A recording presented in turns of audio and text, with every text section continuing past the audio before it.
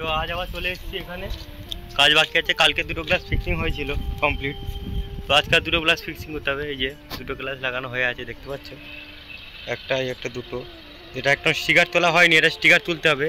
Sticker তুলতে হবে, তারপরে ওই যে মাসিং টেপ লাগানো আছে ওটা তুলতে হবে, ওগুলো তুলতে হবে দুটো গ্লাস। তো ভিতর থেকে দেখি গিয়ে কোনো অসুবিধা আছে কি না। তো ভিতর থেকে মোটামুটি ঠিকই আছে, কোনো অসুবিধা নেই। গ্লাস একদম পরিষ্কার চকচক করছে। এই যে সিলিন্ডগুলো লাগানো হয়েছিল, হ্যাঁ এগুলো ড্রাই হয়ে গেছে সব। সিলিন্ডগুলো ড্রাই না হলে অসুবিধাই ছিল। সিলিন্ডগুলো সব ড্রাই হয়ে গেছে, পরিষ্কার, মোটামুটি কাজ কমপ্লিট, কোনো অসুবিধা নেই।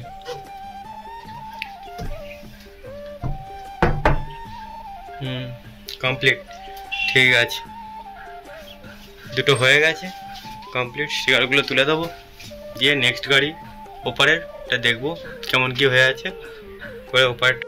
তো এপারে দুটো কমপ্লিট হয়ে গেছে, শুধু স্টিকারটা তুলবো। আর এই সিলিন্ডগুলো যে একটু একটু বাইরে বেরিয়ে আছে এগুলো একটু কেটে দেবো, দিলে পরিষ্কার হয়ে যাবে। এবারটা কমপ্লিট। এবার বাকি ওপারটা বাকি আছে, ওপারটা খুব রোদ ওপারে, তো এখনও কাজ শুরু করিনি। এসছি আমরা সেই 10টা থেকে এসে এখনও বসে আছি।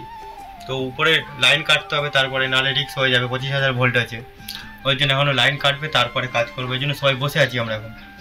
লাইনটাকে কাটুক তারপরে শুরু করব। তো ওখানে সব রেডি আছে। আগে কালকে যে এসে যে গ্লাসটা খুলতে হয়েছিল সেই টাইমটা লেগেছে, সেই টাইমটা আর লাগবে না, কেননা শনিবার এসে আমরা গ্লাসগুলো সব খুলে দিয়ে গেছিলাম। শুধু এখন ওটাকে নামিয়ে যে সিলিন্ডারগুলো লেগে আছে ওগুলো কেটে আর নতুন করে সিলিন্ডার লাগিয়ে তারপরে গ্লাসটা ফিক্সিং করলে হয়ে যাবে। নেক্সট আর কিছু বাকি নেই এখন।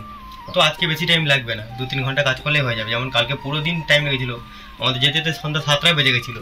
তো আজকে 7টা বাজে না, 4টার মধ্যে হয়তো কমপ্লিট হয়ে যাবে। তো দেখি কতক্ষণ লাগে। তাড়াতাড়ি হয়ে গেলে তাড়াতাড়ি চলে যাবো, দেরি হলে দেরি, কিছু করার নেই। তো ঠান্ডা এখন পড়ে গেছে সেরকম, মোটামুটি ভালোই। বাইরে বেরোলে সন্ধ্যার সময় ঠান্ডাই লাগে, তো কিছু নিয়ে আসা হয়নি, দেখি কি হয়।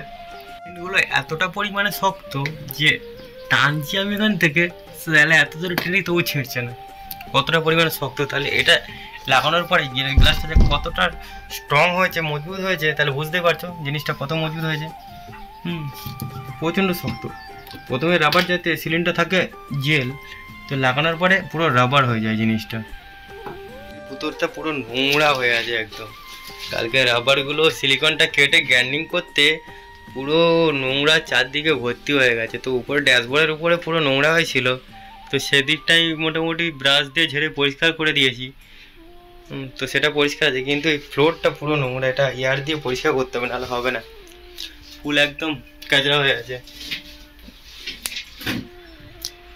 এগুলোকে পরিষ্কার করতে হবে। সব পরিষ্কার করে দিয়ে আজকে যাবো একদম কমপ্লিট করে, কেননা 3 দিন হয়ে গেল এই কাজটা। তো স্টিকারটা লাগানো অবস্থায় কেমন লাগছে, স্টিকারটা তুললে কেমন লাগে। স্টিকারটা তুলছি, জিনিসটা পুরো সম্পূর্ণ আলাদা হয়ে যাবে।